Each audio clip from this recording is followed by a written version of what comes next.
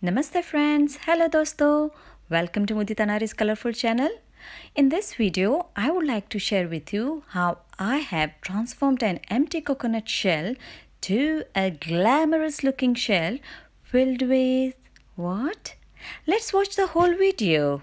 These are the things that I've used: a pillar, a nail filer, a knife, you can use butter knife, a glue gun from Tiger, a handmade pom-pom, a shell, some sequences that have coexisted with me for many years, a candle, a pot with hot water, and a pot to melt the wax.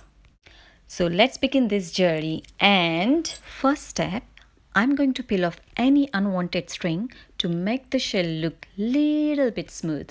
What I've done is tried to peel in opposite direction so that I can wake up the string and can pinch it out easily. This pointy bit takes us to the next step in grooming the shell, and that is filing its edges using the nail filer. As in this case, it has come off as a bit pointy, so I'm going to continue filing till I'm happy that the edges are smooth. I bought this candle from Waitrose a couple of months ago. Let me open it and show it to you. That wick here is broken, no wick. After I lighted this candle few times, the wick got burned and I couldn't use it. So moving on to our next step, I've put the water to boil.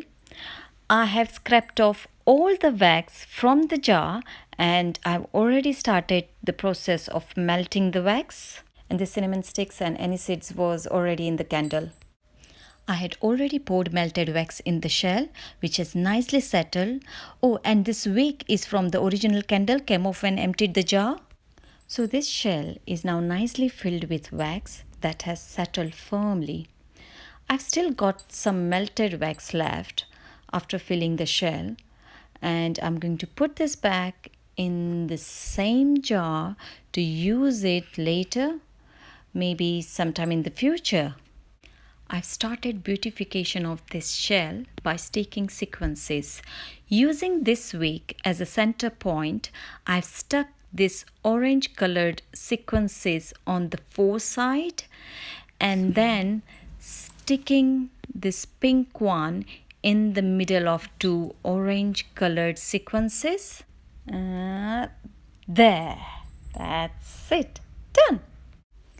I have already stuck this seashell on this pom-pom and stuck the pom-pom on the other coconut shell that was pointy and shallow, and I've decided to use that as a lead here.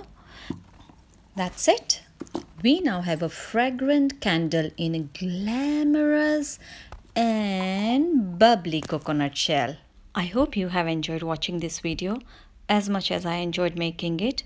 Please let me know if you like this video and please leave your comments. Thank you. Aujo. Bye.